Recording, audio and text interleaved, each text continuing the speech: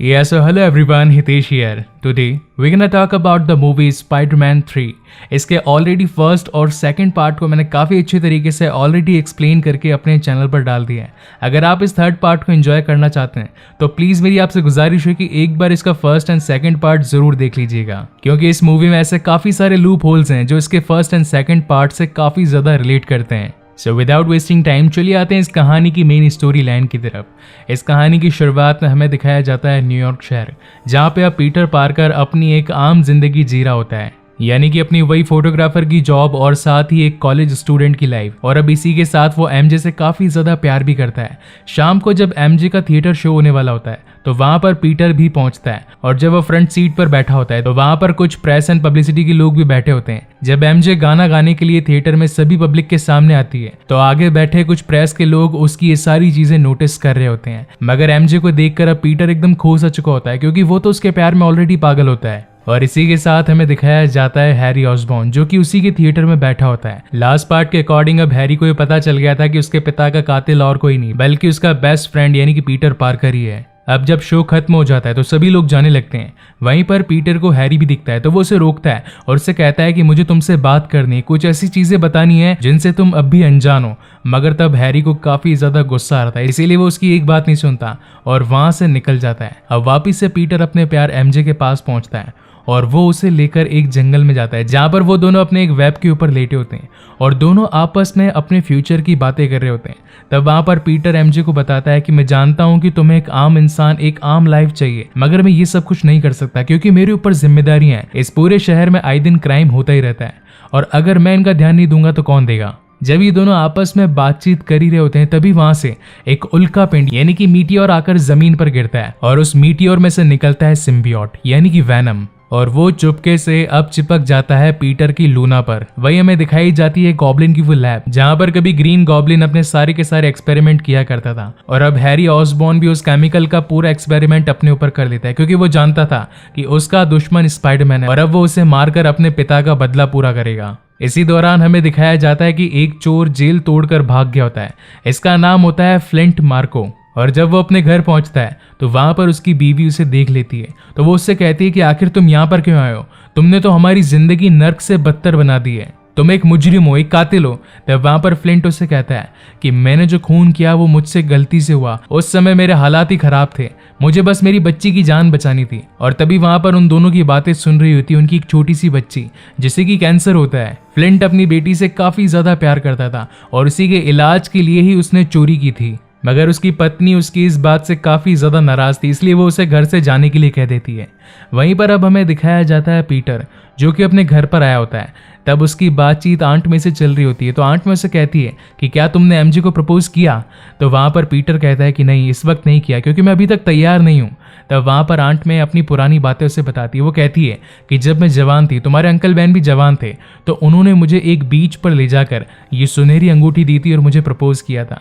मैं तो उनके प्यार में दीवानी हो गई थी और पीटर मैं चाहती हूँ कि जब तुम एमजे को प्रपोज करो तो यही रिंग तुम उसे दो, क्योंकि इस वक्त तक पीटर के पास में इतने पैसे नहीं होते कि वो एक डायमंड रिंग अफोर्ड कर सके, इसीलिए वो अपनी आंट में की रिंग रख लेता है। और जब वो अपने घर के लिए निकल रहा होता है और तभी उस पर हमला कर देता है हैरी ऑसबॉर्न यानी कि न्यू गॉब्लिन, और उन दोनों के बीच में एक खतरनाक चेज सीक्वेंस होता है। तब वहां पर स्पाइडरमैन अपने वेब शूटर्स का भी इस्तेमाल करता है, साथ ही साथ उसे बताने की कोशिश भी करता है कि वो उसके पिता का कातिल नहीं बल्कि उनकी मौत का रीजन वो खुद ही थे। मगर तब हैरी पीटर से काफी ज्यादा गुस्सा था और वो उसका पीछा करने लगता है। स्पाइडरमैन 1 और 2 के मुकाबले इस 3 के CGI और VFX सचमुच उन दोनों से काफी ज्यादा अच्छे हैं। और इस सीन को तो देखकर मुझे हैरी पॉटर के क्विडिच मैच की याद आ गई, जहां पर हैरी पॉटर के पीछे ड्रेको मेलफॉय लगा होता है और वो दोनों सुनहरी गेंद के पीछे लगे होते हैं, मगर इस मूवी के अंदर हैरी पीटर के पीछे लगा होता है। और फाइनली अपनी चालाकी के साथ में अब पीटर उसे चकमा दे देता है, जिसकी वजह से अब न्यू गॉब्लिन यानी कि हैरी ऑसबॉर्न काफी बुरी तरीके से जख्मी होकर गिर पड़ता है। तो पीटर को लगता है कि शायद वो मर गया और वो उसे बचाने के लिए, उसका इलाज करवाने के लिए उसे सीधा एक हॉस्पिटल पहुंचाता है। तब वहां पर डॉक्टर्स उसे कहते हैं कि इसके दिमाग पर काफी गहरी चोट लगी है और इसी के साथ वो अपनी याददाश्त भी भूल चुका है, उसे अब अपने 2-3 साल के पास्ट के बारे में कुछ भी नहीं पता है। वहीं अब अगले दिन हैरी से मिलने के लिए एमजे भी पहुंचती है और तब दोनों मिलकर उससे बातचीत करने लगते हैं। तब वहाँ पर हैरी की जो याददाश्त खो चुकी होती है, तो वो ये समझता है कि पीटर अब भी उसका दोस्त है और साथ ही उसके पिता किसी एक्सीडेंट में मारे गए। तब वहाँ पर पीटर उससे कहता है कि हम अब भी दोस्त हैं, तुम्हें किसी भी चीज़ की ज़रूरत होगी तो मैं हर वक्त तुम्हारे साथ में हूँ। और ये कहकर वो दोनों वहाँ से चले जाते हैं। वहीं दूसरी ओर अब मार्को पुलिस से बचने की कोशिश करता है और भागते भागते एक एक्सपेरिमेंटल केमिकल एरिया में पहुंच जाता है, जहां पर मिट्टी के ऊपर एक्सपेरिमेंट चल रहा होता है। अब वो बचने के लिए वहां पर छिप तो जाता है, मगर उसी वक्त वहां पर लैब के लोगों का एक्सपेरिमेंट शुरू हो जाता है और जो मशीन चालू होती है उसके बीच में अब फ्लिंट मार्को फंस जाता है। वो काफी कोशिश करता है वहां से बाहर निकलने की, मगर वो मशीन इतनी तेज घूम रही होती है, उसकी वजह से वो वहां से बाहर नहीं निकल पाता। और थोड़ी ही देर में उस मशीन के नैनो पार्टिकल की मदद से अब रेत के कण उस फ्लिंट मार्को के शरीर में घुसने लगते हैं और धीरे धीरे अब वो खुद रेत में तब्दील होने लगता है। और फाइनली एक ऐसा मोमेंट आता है जब उसका पूरा शरीर रेत बनकर उड़ जाता है। मगर वहीं अगले दिन उस रेत की मदद से फ्लिंट मार्को फिर से खड़ा हो जाता है और वो अब अपने शरीर को पूरा करने लगता है। पहले धीरे धीरे उसका फेस बनता है, फिर शरीर, और फिर धीरे धीरे हाथ बनते हैं। और फिर वो अपनी बेटी की लॉकेट को उठाता है और ये कसम खाता है कि मैं अपनी बेटी का इलाज जरूर करवा कर ही रहूंगा। और ये कहकर वो वहां से निकल जाता है। अब कहानी में हमें दिखाया जाता है कि एक क्रेन काफी ज्यादा बेकाबू स्थिति में हो जाती है, उसके सिस्टम काम नहीं कर रहे होते हैं। इस वजह से उसके अंदर जो एक लोहे का पिलर लगा होता है वो बेकाबू स्थिति में घूम रहा होता है और वो घूमते घूमते एक बड़ी सी बिल्डिंग से टकरा जाता है, जिससे उसका पूरा फ्लोर टूट जाता है। वहां पर काफी ज्यादा अफरा तफरी मच जाती है और पुलिस भी अब वहां पहुंच जाती है और साथ ही जो लोग फंसे हैं उनकी मदद करना शुरू कर देती है। स्पाइडरमैन भी इस बात की गंभीरता को समझकर सीधा वहां पर पहुंच जाता है, मगर तब वहां पर एक न्यू फोटोग्राफर उसकी फोटोज क्लिक करने लगता है, जिसका नाम इस मूवी में हमें बताया गया है एडवर्ड ब्रॉक, जिसे हम ऑलरेडी वेनम मूवी से जानते हैं, यानी कि एडी ब्रॉक। वहां उस बिल्डिंग में एक लड़की फंसी होती है जिसका नाम होता है ग्वेन स्टेसी, और वह काफी चिल्ला रही होती है। और वहीं अब एंड मोमेंट पर पहुंच जाता है स्पाइडरमैन और काफी मशक्कत के बाद में वो उसकी जान बचाकर उसे जमीन पर ले आता है। वहीं पीटर और एडी की मुलाकात भी होती है, तो वो कहता है कि मैं ब्यूगल न्यूज़पेपर का न्यू रिपोर्टर हूँ, न्यू फोटोग्राफर हूँ। मगर तब स्पाइडरमैन उसकी किसी बात का जवाब नहीं देता और वहां से निकल जाता है। अब वहां से एडी ब्रॉक सीधा पहुंचता है ब्यूगल पब्लिशिंग में, जहां पर उसकी मुलाकात जे जोना जॉनसन से होती है और वो उसे कहता है कि आप काफी ज्यादा स्मार्ट लग रहे हैं और साथ ही आपका परफ्यूम भी काफी अच्छा है। तो वो उसे कहता है कि मुझे मक्खन मत लगा, मुझे बता कि तू यहाँ पर क्यों आया है। तो एडी ब्रॉक उनसे कहता है कि अब पीटर पार्कर के दिन गए, अब आपके पास में है आपका न्यू फोटोग्राफर जो कि आधे दाम में काम करेगा और साथ ही उससे ज्यादा बेटर फोटोज आपके पास में लेकर आएगा। तब वहां पर जो और भी एम्प्लॉयज होते हैं वो उसकी बात को सुनकर चौंक जाते हैं और उस वक्त वहां पर पीटर भी पहुंच जाता है। अब क्योंकि जॉनसन उसकी बातों से काफी ज्यादा इंप्रेस हो चुका था, तो वो उसे कहता है कि हाँ, हमारे पास में एक नौकरी है और तुम उसके लिए अप्लाई कर सकते हो। तो पीटर कहता है कि आखिर मैं आपके साथ में इतने सालों से काम कर रहा हूँ, आपने मुझे क्यों नहीं बताया कि यहाँ पर एक जॉब है, इस जॉब को मैं लेना चाहूंगा। तो वहां पर जो एम्प्लॉयज खड़े होते हैं वो भी जॉनसन को कहते हैं कि हाँ, इस नौकरी पर हक पीटर का है। अब इन बातों को सुनकर जॉनसन उन दोनों के सामने एक टास्क रखता है और उन दोनों को कहता है कि स्पाइडरमैन एक निहायत ही बेकार और एक चोर इंसान है। अगर तुम दोनों ने उसे चोरी करते हुए, किसी का समोसा चुराते हुए या फिर कोई बुरा काम करते हुए पकड़ा और मेरे पास उसकी फोटो लेकर आया, तो मैं उसे इस कंपनी में जॉब दे दूंगा। अब चलो निकलो, फुटो यहाँ से। वहीं पर हमें स्टैनली का कैमियो भी दिखाया जाता है। इसके बाद में अब पीटर सीधा पहुंचता है अपने दोस्त यानी कि हैरी ऑसबॉर्न के घर पर और उसे एकदम सही सलामत देखकर काफी खुश भी होता है और उसे ये भी कहता है कि तुम काफी जल्दी रिकवरी कर रहे हो। अब वहीं पर हैरी ऑसबॉर्न को अपने पिता की तस्वीर दिखती है, तो उसे देखकर उसके माइंड में कुछ क्लिक होता है कि कोई जरूरी काम है, कोई अधूरा काम है जो मुझे पूरा करना है, मगर तब क्लियरली उसे याद नहीं आता कि वो काम क्या है। इसी दौरान हमें दिखाया जाता है कि एमजे जिस थिएटर में काम कर रही थी वहां पर कुछ न्यूज़पेपर, कुछ प्रेस वालों ने छाप दिया था कि यहाँ की सिंगर बिल्कुल बेकार है, उसकी आवाज़ तो पहली दूसरी लाइन से आगे जाती ही नहीं है, तो आखिर इतनी महंगी आर्टिस्ट को यहाँ पर रखने का क्या फ़ायदा। और अब इस बात को सुनकर वहाँ के थिएटर के लोग डिसाइड करते हैं कि वो एमजे को यहाँ से हटा दें और अब एमजे की जॉब भी जा चुकी होती है। वहीं शहर में अब स्पाइडरमैन के सम्मान के लिए एक समारोह रखा जाता है जहां पर उन सभी लोगों को बुलाया जाता है जिनकी मुसीबत में स्पाइडरमैन ने मदद की, उन्हें जान से बचाया। पीटर और एमजे भी वहीं पर खड़े होते हैं। वहीं दूसरी तरफ अब फ्लिंट मार्को, जो कि अब बन चुका होता है सैंडमैन, वो पहुंच जाता है एक ट्रक में जिसके अंदर बैंक वालों का पैसा जा रहा होता है और वो उन पर हमला कर पैसा चुराकर वहां से भागने की कोशिश करता है, मगर तभी वहां पर पहुंच जाता है स्पाइडरमैन और फिर एक तगड़ी फाइट शुरू होती है स्पाइडरमैन और सैंडमैन के बीच में। अब क्योंकि वहां पर काफी ज्यादा रेत थी, इसकी वजह से सैंडमैन अपना मुक्का काफी ज्यादा बड़ा कर लेता है और स्पाइडरमैन को पटक पटक कर धोने लगता है। और एक मोमेंट ऐसा आता है जब वो स्पाइडरमैन को चकमा देकर वहां से एक रेत का बवंडर बनकर उड़ जाता है। वहीं शाम को अब स्पाइडरमैन यानी कि पीटर पार्कर एक बड़े से 5 स्टार होटल में जाता है और वहां के वेटर को ये समझाने लगता है कि आज का दिन मेरे लिए बहुत ही खास दिन है, क्योंकि मैं अपने प्यार यानी कि एमजे को प्रपोज करना चाहता हूं।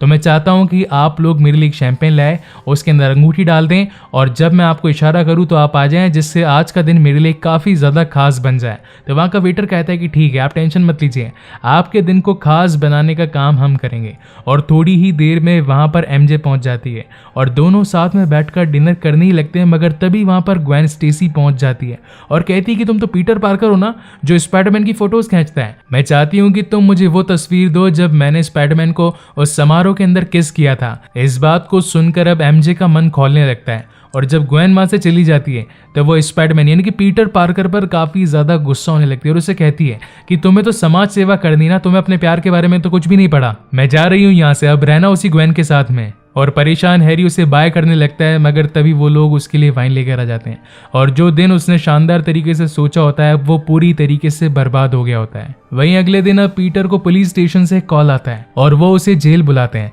तब वो अपनी आंट मे के साथ में जेल पहुंचता है तो वहां का जेलर उन्हें बताता है कि 2 साल पहले आपके पति मिस्टर बैन पार्कर की जो मौत हुई, उनका कातिल वो नहीं जो मारा गया, बल्कि उनका कातिल तो अभी तक जिंदा है। और जब वो उसकी फोटो पीटर को दिखाता है तो पीटर समझ जाता है कि ये तो वही सैंडमैन है। तो वो पुलिस पे काफी गुस्सा होता है, उन्हें कहता है कि आखिर आप ऐसी लापरवाही कैसे कर सकते हैं, किसी इंसान ने मेरे अंकल को मार दिया और आप अभी तक उस पर कोई कार्यवाही नहीं कर रहे। वो कातिल अब भी शहर के अंदर खुला घूम रहा है। तो वो जेलर उससे माफी मांगता और कहता है कि इस बात के लिए हम क्षमा मांगते हैं, मगर जल्दी हम उसे ढूंढ लेंगे। मगर पीटर के मन में ये गुस्सा घर कर जाता है और वो रात भर अपने अंकल बैन और उनकी मौत के बारे में सोचने लगता है। वो ये डिसाइड करता है कि वो सैंडमैन को जान से खत्म कर देगा। और जब वो रात को सो रहा होता है तो वही वैनम जो उसकी गाड़ी के साथ में उसके घर तक आ गया था, अब वो उस पर हावी होने लगता है। और वो जब सो रहा होता है तो गहरी नींद में अब वैनम उसके पूरे शरीर पर काबू कर लेता है और अब स्पाइडरमैन ब्लैक सूट के साथ में ब्लैक स्पाइडरमैन बन जाता है। ये एहसास बिल्कुल नया था और काफ़ी ज़्यादा ताकतवर भी था।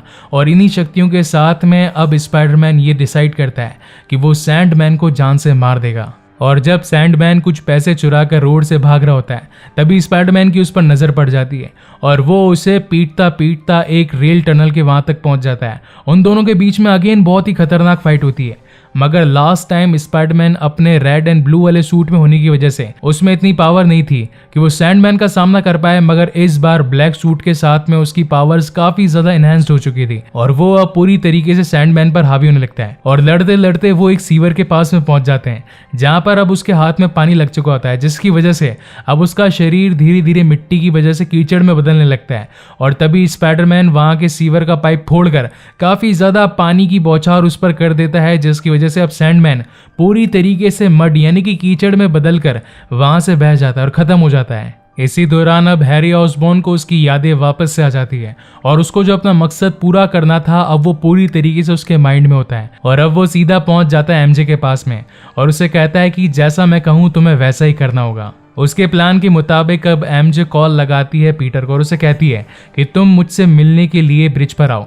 और उसे ब्रिज पर बुलाकर वो कहती है कि आज से तुम्हारे और मेरे बीच में सब खत्म, मैं तुमसे प्यार नहीं करती और ना ही तुमसे शादी करना चाहती हूँ। तो पीटर उसे कहता है कि मेरे पास में तुम्हारे लिए रिंग पड़ी थी, मैं तो तुम्हें प्रपोज करने वाला था, मगर तुम ऐसा मेरे साथ में कर रही हो, प्लीज ऐसा मत करो एमजे। मगर तब एमजे मजबूर थी क्योंकि उसे सब कुछ ऐसा करने के लिए हैरी ने कहा था और अगर वो ऐसा नहीं करती तो वो उसे जान से मार देता। और फाइनली एमजे पीटर को वहां से रुलाकर निकल जाती है। पीटर इस बात से काफी ज्यादा दुखी होता है और वो अब अपने खास दोस्त हैरी के साथ में बैठकर लंच कर रहा होता है। तो वो हैरी को बताता है कि आज मेरे साथ में बुरा हुआ, मुझे एमजे ने छोड़ दिया, हम दोनों काफी ज्यादा प्यार करते थे और मैं तो उससे शादी तक करने वाला था, मगर अब सब कुछ खत्म हो चुका है। न जाने इसके पीछे क्या रीजन है, मगर मैं इस बात का पता लगा कर ही रहूंगा। तो हैरी उसे कहता है कि तुम्हें पता लगाने की कोई जरूरत नहीं, क्योंकि वो वजह और कोई नहीं, वो वजह मैं खुद हूँ। एमजे किसी और से नहीं बल्कि मुझसे प्यार करती है। तुम तो ये बात जानती हो पीटर कि मैं एमजे से काफी ज्यादा प्यार करता हूँ, स्कूल टाइम से मैं उसके पीछे था और अब वो वक्त आ गया है जब हम दोनों एक होने वाले होते हैं। इस बात को सुनकर पीटर काफ़ी ज़्यादा टूट जाता है और जब वो घर जाता है तो उस पर वो ब्लैक सूट हावी होने लगता है और तब वो ये डिसाइड करता है कि वो अपने रास्ते का कांटा यानी कि हैरी ऑसबॉर्न को ख़त्म कर देगा। और जब वो घर पहुंचता है तो अब हैरी ऑसबॉर्न यानी कि न्यू गॉब्लिन और स्पाइडरमैन के बीच में अगेन फाइट होती है। इस बार स्पाइडरमैन पहले के मुकाबले काफ़ी ज़्यादा ताकतवर होता है और वो हैरी द्वारा किए गए सारे वारों को फेल कर देता है और लड़ते लड़ते वो दोनों पहुंच जाते हैं उसी की पिता की लैब में। और तब वहां पर हैरी अपने गॉब्लिन वेपन्स का इस्तेमाल करके स्पाइडरमैन को मारने की कोशिश करता है, मगर तभी स्पाइडरमैन चकमे से उसी का वेपन उसी पर फेंक कर मार देता है, जिसकी वजह से वहां पर एक जोरदार ब्लास्ट होता है और वहीं से अब स्पाइडरमैन निकल जाता है। इसी दौरान ब्यूगल पब्लिशिंग कंपनी में अब एडी ब्रॉक सभी को ये बताता है कि मैंने स्पाइडरमैन को चोरी करते हुए पकड़ लिया है और ये उसकी तस्वीर है। तब वहाँ पर पीटर उसे देखकर कहता है कि ये तस्वीर तो चुराई हुई है, इसकी असली फोटो तो कोई और ही है, ये तुमने फोटोशॉप करी है।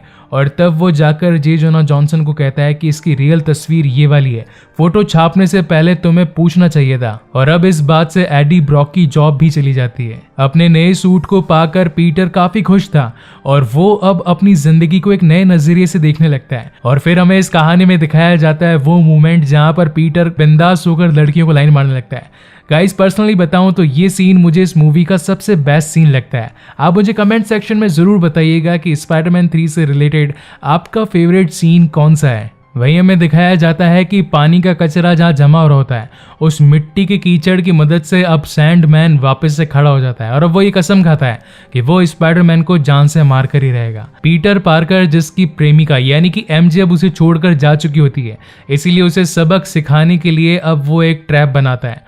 वो ग्वेन स्टेसी के साथ में उसी क्लब में पहुंचता है जहां पर अभी एमजे एक बार सिंगर और साथ ही वेटरेस का काम कर रही होती है। और तब वो वहां पहुंचकर उसके सामने ही डांस करने लगता है।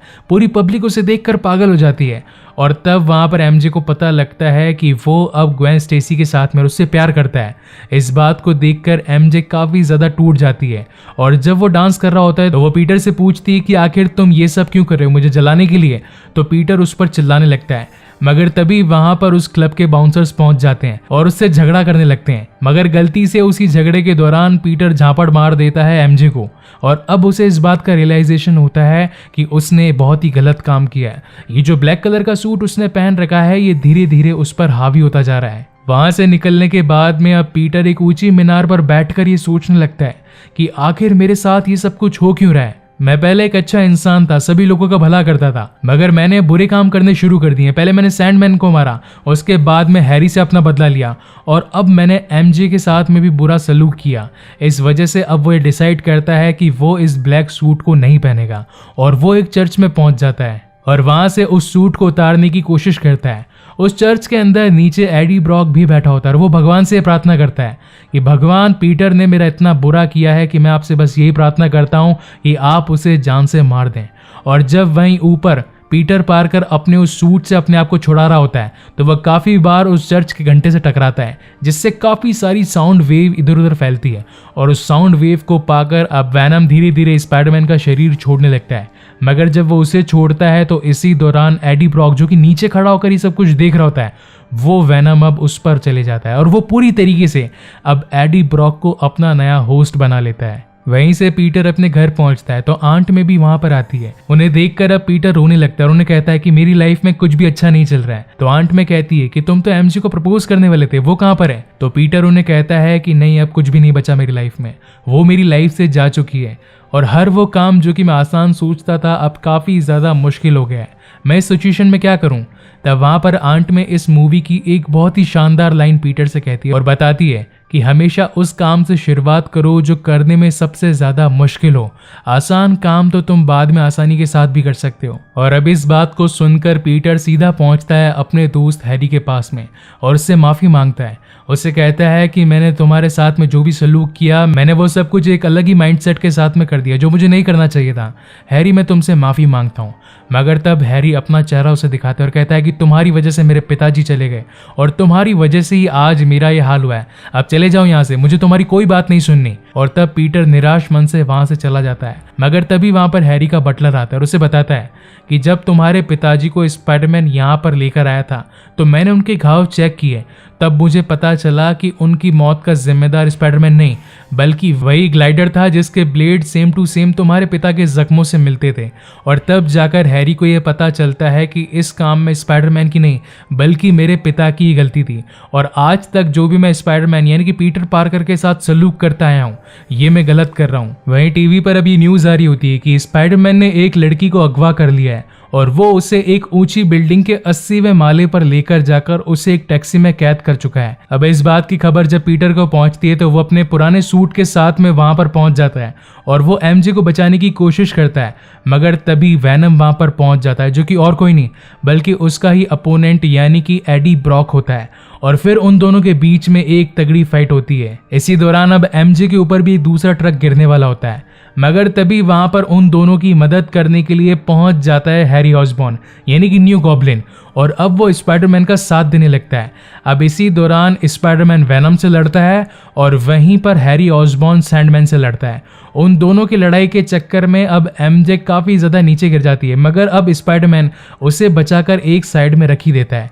इसी दौरान अब वेनम भी उसके पास में पहुंच जाता है और वह स्पाइडरमैन को खूब बुरी तरीके से मार रहा होता है। वहीं दूसरी ओर अब हैरी सैंडमैन को पूरी तरीके से अपने मिसाइल्स के साथ में खत्म करने में कामयाब हो जाता है और अब वो स्पाइडरमैन की मदद करने के लिए उसके पास में आता है, मगर तब वेनम धोखे से उसी के ग्लाइडर की मदद से उसी को जान से मार देता है। अब इस बात से स्पाइडरमैन यानी कि पीटर को काफी ज्यादा गुस्सा आता है और तभी उसे याद आता है कि ये वेनम आवाज से डरता है यानी कि साउंड वेव ही इसका असली इलाज है। और तब वो पास में पड़ी सारी रॉड्स को उस वेनम के इर्द गिर्द पूरी तरीके से गड़ा देता है और फिर एक बड़े लोहे डंडे की मदद से उन सभी पर जोर की टंकार करता है, जिसकी वजह से एक काफी बड़ी साउंड वेव क्रिएट होती है। और अब वेनम एडी ब्रॉक का शरीर छोड़ने लगता है। अपने वेब शूटर्स की मदद से स्पाइडरमैन अब एडी ब्रॉक को पूरी तरीके से वेनम से अलग कर देता है और जो हैरी ऑसबॉर्न के पास में जो वेपन्स थे उनकी मदद से अब पूरी तरीके से उसे खत्म करने की कोशिश करता है, मगर इसी बीच एडी ब्रॉक भी उस हमले में कूद जाता है। अब उस बम के फटने के साथ में वेनम तो खत्म होता ही होता है, वहीं पर एडी ब्रॉक भी जान से मारा जाता है। इसके बाद में पीटर अपने दोस्त हैरी के पास में पहुंचता है। वहां पर हैरी अपनी अंतिम सांसें गिन रहा होता है और वो एमजे और पीटर को अपने पास पाकर यही कहता है कि तुम मेरे वही दोस्त हो जो हमेशा से मेरे साथ थे, और ये कहकर वो अपना दम तोड़ देता है। इस बात से वो दोनों काफी ज्यादा रो रहे होते हैं और तभी वहां पर पहुंच जाता है सैंडमैन और अब वो पीटर पार्कर से माफी मांगता है और उससे कहता है कि इस काम में मेरी गलती नहीं बल्कि मैंने तो तुम्हारे अंकल बैन से सिर्फ गाड़ी मांगने के लिए कहा था और तुम्हारे अंकल बैन ने मुझे बाहर आकर कहा कि तुम जो कर रहे हो वो रोक दो, वो सब कुछ मत करो, ये एक जुर्म है। यहाँ पर अंकल बैन मेरी ही मदद करना चाहते थे ताकि पुलिस मेरे पीछे ना पड़े, मगर तब मेरा दोस्त जो वहां से भागकर निकल रहा था उसने मुझे बोला जल्दी गाड़ी में बैठ, और गलती से मेरे हाथ से वो बंदूक चल गई। मैं तुम्हारे अंकल को मारना नहीं चाहता था, मगर वो सब कुछ एक हादसा था क्योंकि मेरी बेटी मर रही थी, मेरी बेटी को कैंसर की बीमारी थी और मुझे पैसों की जरूरत थी। मैं बस तुमसे माफी मांगने के अलावा और कुछ नहीं कर सकता। और जब पीटर को ये बात पता चलती है कि वहां पर उसकी बेटी भी मर रही थी और अंकल बैन जो कि गलती से मारे गए, तब पीटर भी उसे अब फाइनली माफ कर देता है। इस माफी को पाने के बाद में अब सैंडमैन वहां से रेत का बवंडर बनकर उड़ जाता है। इसके बाद में हमें दिखाया जाता है हैरी का फ्यूनरल, जहां पर एमजे और पीटर भी होते हैं और वो दोनों काफी उदास होते हैं। वहां से जाने के बाद अब पीटर अपने प्यार का इजहार भी एमजे से कर देता है और वो जो रिंग जो कि आंट मैंने उसे दी होती है वो उसे देकर अब अपने प्रपोजल की बात करता है। और इसी के साथ ये शानदार कहानी यहीं पर खत्म होती है। सो गाइज, आपको ये वीडियो कैसा लगा प्लीज मुझे लाइक और कमेंट करके जरूर बताइएगा, और अगर पहली बार इस चैनल पर आए तो इसे जरूर सब्सक्राइब भी कीजिएगा। इसके बाद में मैं एक न्यू सीरीज जिसका नाम है द अमेजिंग स्पाइडरमैन आपके सामने जल्दी लाने वाला हूँ। And again guys, thank you very much for watching this video. मिलते हैं अगले वीडियो में।